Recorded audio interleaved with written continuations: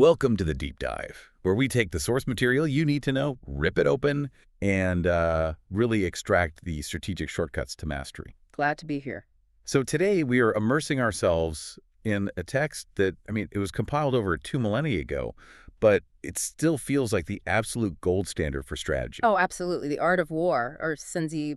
Right. It just holds this, well, unparalleled prestige, We're talking about a manual so revered that modern politicians, executives, especially, you see this a lot in East Asia, they study it with this fervor you normally reserve for, like sacred texts. Wow.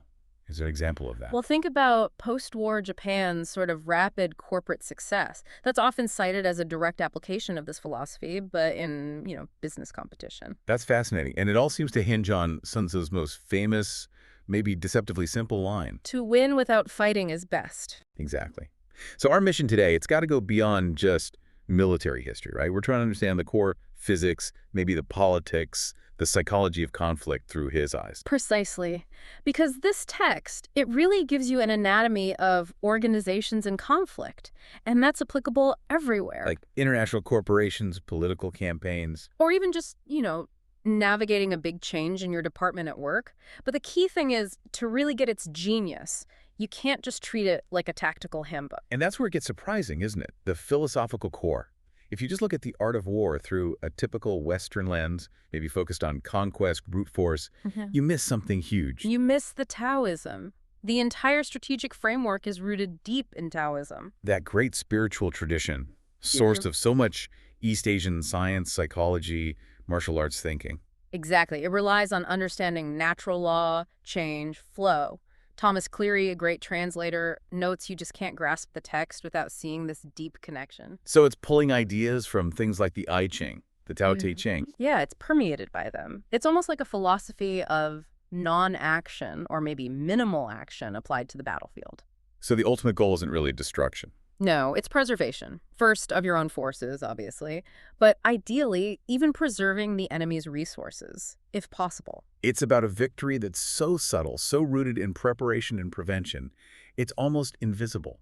That's a great way to put it. Invisible. Yeah. And to really make that Taoist ideal concrete, there's this classic story about an ancient lord and a famous physician. Okay. So the lord asks this physician, who's known across the land for miracle cures, which of your 3 brothers is the most skilled healer? And everyone expects him to say himself, right? Or maybe his most famous brother. Exactly. But he says, no, actually, my eldest brother is the most skilled.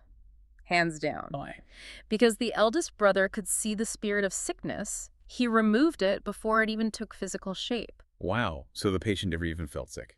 Never felt a thing. His treatments were so preventative, so subtle, that his name never got out of the house. He was unknown because he made sickness impossible. Okay, so that's the best. What about the others? Well, the second brother, next best, he cured sickness when it was tiny, just a minute symptom. So maybe his name was known in the immediate neighborhood, but not much further. And the famous physician himself? He was the least skilled. He was famous because he used drastic measures. Puncturing veins, strong potions, things everyone could see.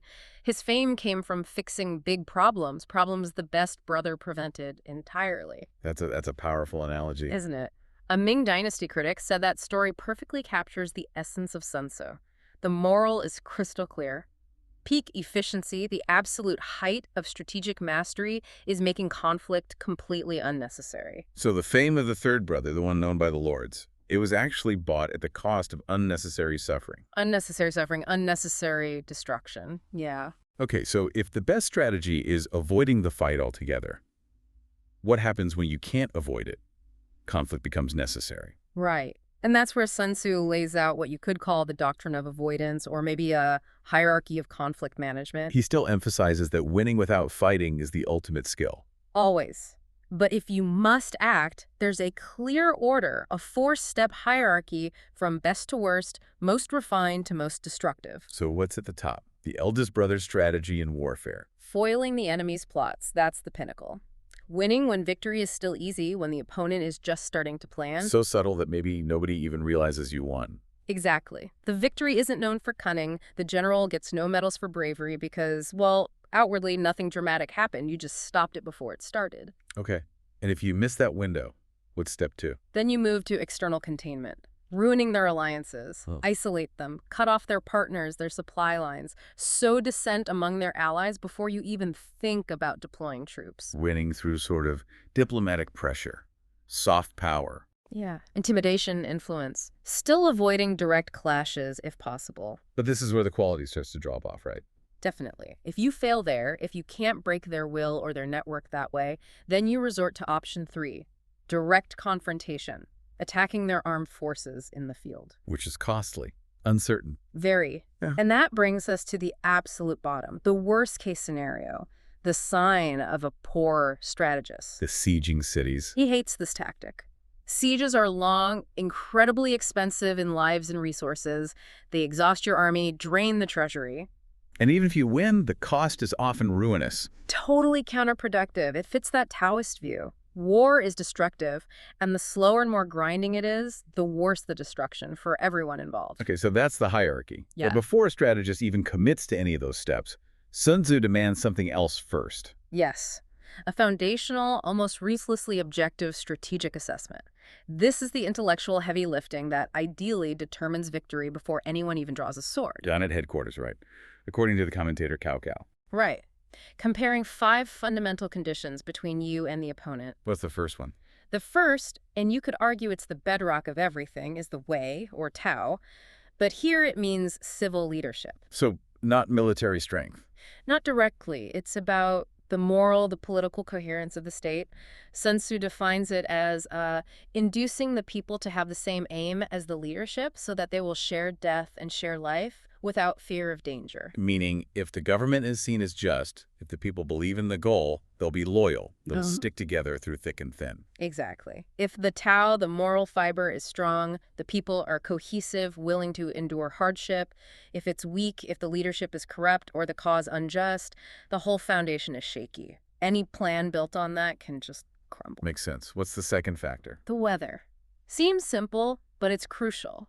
The objective reality of climate, seasons, the timing for action. Like, don't launch a campaign in the middle of winter. Or the height of summer, as Cao Cao pointed out. Ancient military wisdom warned against extremes, partly to conserve the army's strength. Frostbite, heat stroke, disease. Right, but also to protect the civilian economy. You don't want to pull farmers off their fields during planting or harvest season if you can help it. That undermines your ability to sustain the war effort long term. History's full of campaigns wrecked by bad weather, isn't it? More losses to the elements than the enemy. Absolutely. Skilled commanders respect nature's limits. Okay, weather. What's third? The terrain. The ground itself, it needs to be sized up by 4 specific things. Distance, how far, affects logistics. Difficulty, easy or hard to travel. Dimension is the area open or confined. And safety choke points, high ground, natural defenses. And this isn't just looking at a map. No, you need real intel. Scouts, local guides. The I Ching has that warning. Chasing game without a guide leads one into the bush. You have to know the physical, spatial reality of where you'll be operating. Fail there, and you've failed already. Fourth factor, the leadership, the general. Sun Tzu says they need 5 virtues, a mix of Taoist pragmatism and Confucian morality. Which are? Intelligence, trustworthiness, humaneness, courage, and sternness. Seems like a tough balance. It is. Du Mu, another commentator, highlights intelligence as foremost. That's the ability to plan, assess changes, adapt quickly. But pure intelligence without the others can lead to rebellion. And too much courage without intelligence is just reckless. Right. Too much humaneness, maybe weakness or indecision. Too much sternness can alienate the troops. The general has to harmonize all 5. It's a high bar. Okay. Way, weather, terrain, leadership. What's the 5th? Discipline. This is the organizational machinery. Is it coherent, efficient? Yeah. Does the chain of command work? How are logistics handled? Supplies, orders getting through. Exactly. And crucially, discipline hangs on a clear, fair system of rewards and punishments. Soldiers need to trust it. Absolutely. If punishments seem arbitrary or rewards aren't given out fairly and promptly, the whole organization just loses cohesion. It stops acting like a single body. So you assess these 5 things for both sides. And then you expand it slightly. Compare on 7 factors, adding troop strength and troop training to the mix. And the conclusion is predictive. The side that's demonstrably superior across these strategic factors, they win before the battle even starts. Wow. Zhang Yu said if you're superior in all 7, you've already won. The fighting is just making it official. Exactly. Strategy is deep preparation, wide-ranging assessment. It's about ensuring victory before you even mobilize. Okay, so you achieve this predetermined victory through assessment. How do you make sure it actually happens on the ground without the enemy messing it up? Right. That hinges entirely on the next phase, the art of deception. Once the operation starts, you have to mask your advantage. So deception isn't just a nice to have, it's fundamental. It's the main ingredient, yeah. Sun Tzu is blunt. A military operation involves deception. Even if you're competent, look incompetent. Effective, look ineffective. That sounds like that Taoist principle again. The sage with great skill appears inept. Precisely. Hide your true state, your real intentions, your readiness. Make the opponent feel falsely secure, or mistake your strength for weakness, or vice versa. Lure them into a mistake. There's a story about that, isn't there? A Han Dynasty general and the Huns. Yeah, a cautionary tale. This general was facing the nomadic Huns, and his scouts reported seeing only the feeble and the elderly among the enemy. So he thought, easy target. He saw weakness, planned to attack. But his advisor, Lu Jing, immediately smelled a rat, said, "This looks like classic Hun deception, a calculated display of weakness." And the general. Ignored the advice, attacked anyway, and walked right into a trap.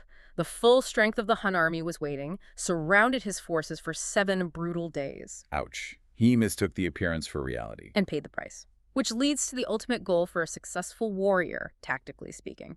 Formlessness. Formlessness. What does that mean? It means being inscrutable. Your methods, your formation, your intentions should leave no tracks, no discernible pattern.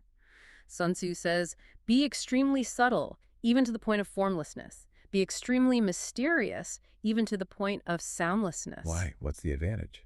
If you're formless, the enemy can't spy on you effectively. They can't figure out your configuration, so they can't formulate a specific strategy against you. Your plans are opaque. So you become unpredictable. Totally. And by achieving that state, Sun Tzu says something chilling. You become the director of the opponent's fate. Okay, this idea of formlessness, subtlety, let's connect it back to the practical side, the logistics.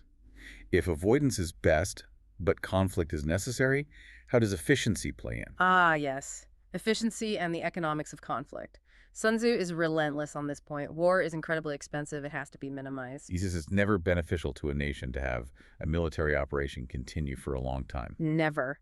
Prolonged campaigns lead to total national exhaustion. Li Kuan had that great comparison. War is like a fire. If you don't put it out quickly. It just burns itself out, destroying everything. Long campaigns drain the treasury. They impoverish the people through taxes and levies. The sources mention huge percentages of budgets going just to moving supplies. Like 70% of the people's budget, 60% of the government's. Massive costs. And crucially, a long war makes you vulnerable. Your neighbors see you're tied down, exhausted, and they might take advantage. Which brings us to that famous kind of shocking rule about supplies. The 20.1 rule. Yes. Wise generals feed off the enemy. Why? Because logistics are cripplingly expensive. Explain that ratio, 20-1. Think about transporting food over long distances. Rough terrain, you lose some to spoilage, some gets lost or stolen. You need troops just to guard the supply lines. By the time 1 pound of food reaches your army far from home, it effectively costs the homeland 20 pounds to get it there. 20 pounds? That's staggering. It is. It means if you deploy a large army far away, you risk bankrupting the state just trying to feed them from home. So the goal isn't just to win, it's to seize the enemy's supplies as soon as you can. And to seize supplies, you need motivated troops. Exactly, which ties into rewarding risk. Sun Tzu says, what kills the enemy is anger. Your troops need that fighting spirit.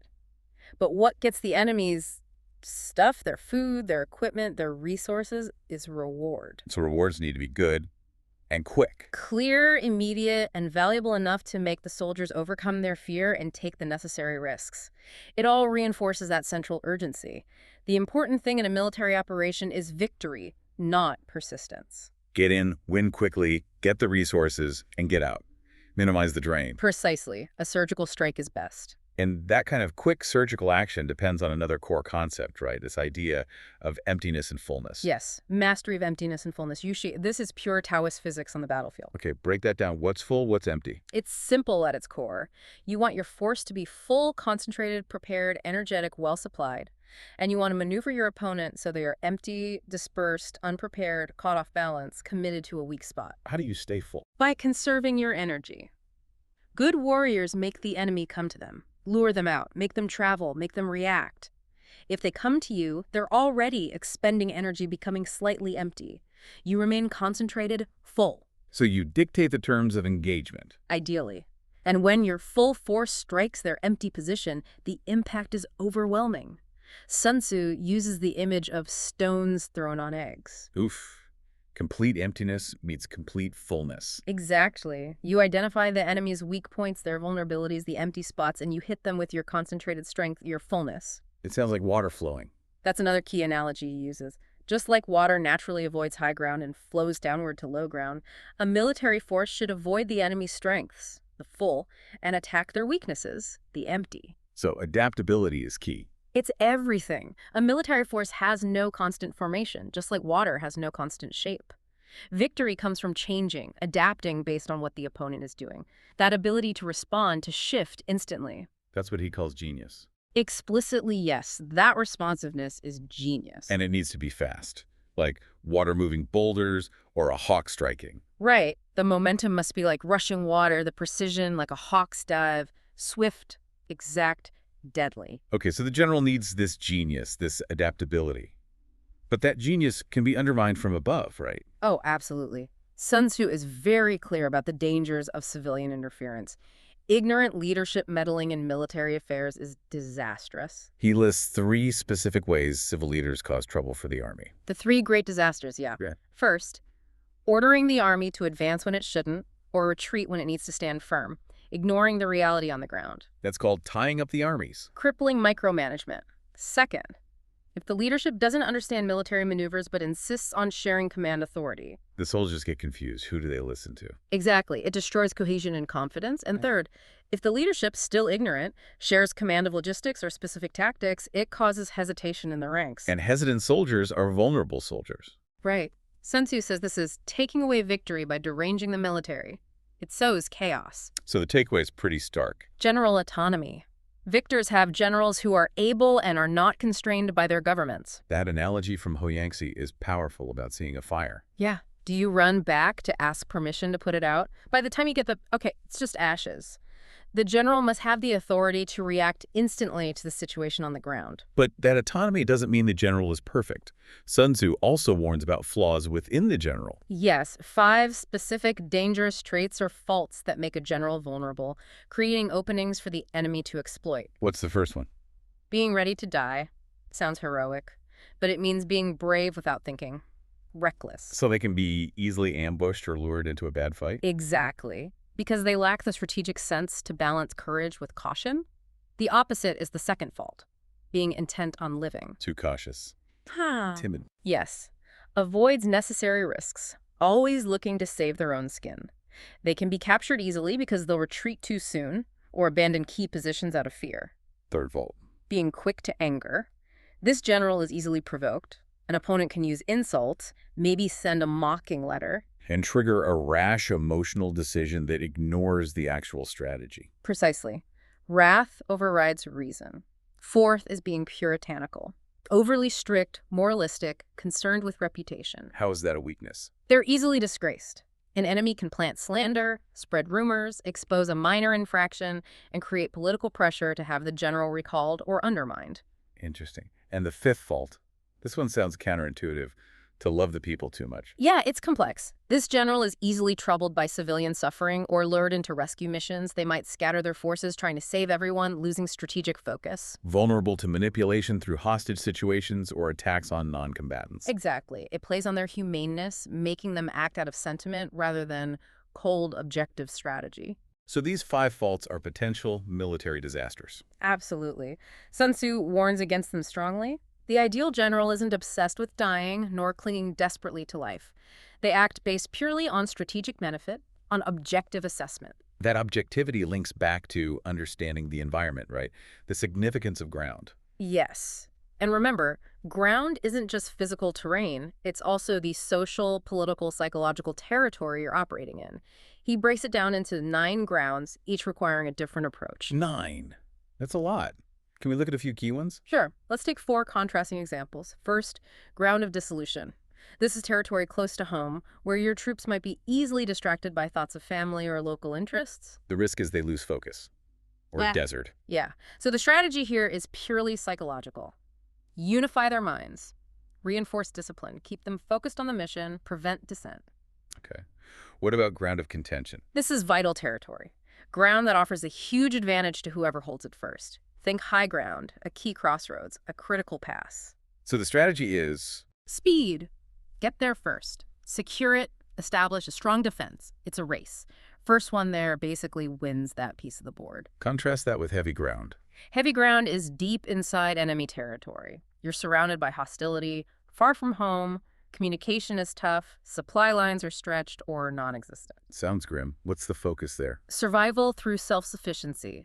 You must plunder local resources, feed off the enemy, ensure continuous supplies somehow, and maintain communication back, keep the plan together. If you can't live off the land here, you're finished. And the most extreme. Deadly ground, or sometimes called dying ground. This is a situation where you have no retreat. Backed against a cliff, river at your back, supplies cut off. You fight or you perish. There's no other option. That sounds terrifying. But Sun Tzu sees an opportunity there. He sees a psychological transformation. This ground taps into the psychology of the desperate. He observes that soldiers in this situation escape impossible. They resist when surrounded, fight when it cannot be avoided, and obey in extremes. Fear is replaced by a single-minded will to survive. Exactly. It strips away hesitation, maybe even those 5 faults we talked about. It creates this incredible unified focus. A wise general doesn't fight that energy, they harness it. They put their troops on deadly ground, deliberately sometimes, to unlock that fierce resolve. Wow. Okay, so we've covered assessment, economics, leadership, terrain. But how does the initial assessment, that knowledge gathering, connect to the actual operations? What's the mechanism? The final crucial piece of the puzzle, espionage. The use of spies. This gets its own chapter, right? The last one. Yes, and it ties everything back to the beginning, back to those strategic assessments. Because foreknowledge is what allows intelligent government and a wise military leadership to overcome others. And where does foreknowledge come from? Not from spirits or prayers or abstract calculations. It comes from people. People who know the enemy situation from the inside. Spies. And Sun Tzu is pretty adamant about investing in this. Incredibly so. He says failing to get intel because you're reluctant to pay for spies is extremely inhumane. Inhumane? Why such strong language? Because launching a huge military campaign costs the nation dearly, years of effort, immense resources, countless lives potentially hang in the balance. To risk all that, to risk failure and prolong the suffering just because you are too stingy to pay for good intelligence, that to him is morally reprehensible. Spend the money, get the info, win quickly. So rewards for spies need to be generous. And secret. Lavish rewards, absolute secrecy. And the general needs to manage a whole system, 5 specific types of spies working together. Okay, what are the 5 types? First, the local spy. Hired from the local population in the area you're operating. People who know the area, maybe have grievances, can be bought. They give you ground-level intel. Makes sense. Second, the inside spy. Recruited from the enemy's own ranks. Disaffected officials, greedy subordinates, people passed over for promotion, anyone with access but a reason to betray. They give you organizational secrets. Third type. The reverse spy. This one, Sun Tzu says, is the most crucial. You take one of the enemy's spies who's come to spy on you, and you turn them, bribe them, persuade them, make them a double agent. Why is the double agent so important? Because they are your key to validating intelligence from other sources, and importantly, they're your primary channel for feeding disinformation back to the enemy. You control what the enemy thinks they know through the reverse spy.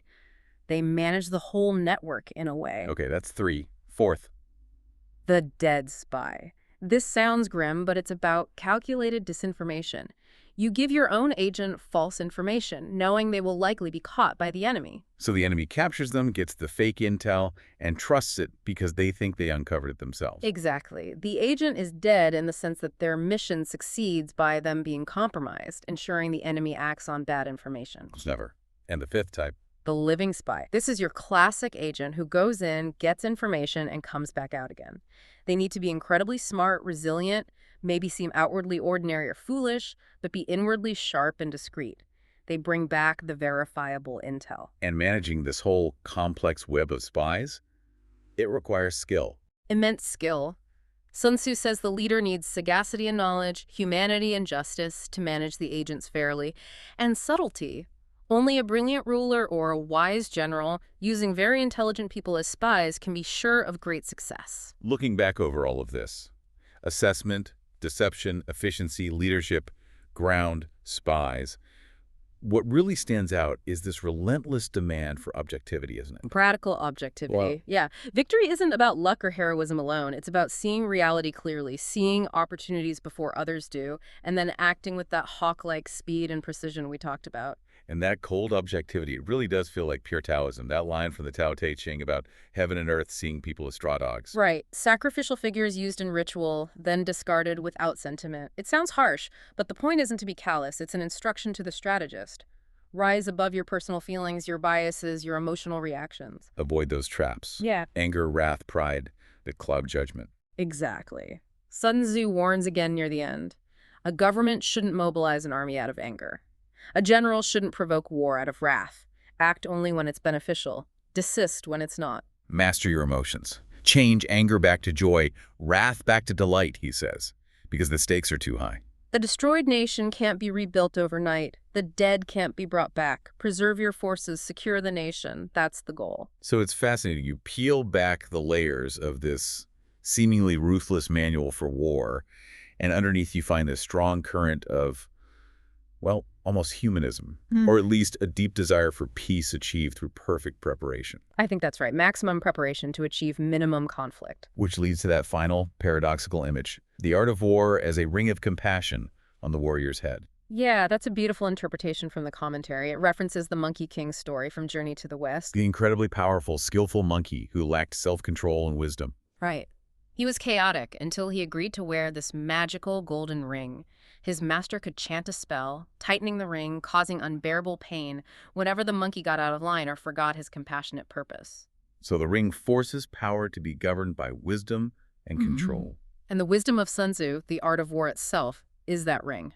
If a strategist uses these powerful techniques without wisdom, without self-control, if they act out of those 5 dangerous faults, out of anger, greed, ego, they inevitably bring disaster upon themselves. The spell gets chanted, the ring tightens. Whenever the warrior forgets the ring, forgets the underlying principles, that the best victory is invisible, that conflict avoided is the highest skill, that the human cost must always be weighed. So the ultimate strategic lesson isn't just how to fight and win. No, it's perhaps even more about knowing what not to do and, crucially, when not to do it. The best strategy is the one you never had to deploy because you foiled the conflict way back at the planning stage. The eldest brother strategy. A really provocative thought then to leave you, the listener, with. Especially thinking about conflicts, big or small, in your own professional or even personal life. How often do we jump to the 3rd or 4th best strategy?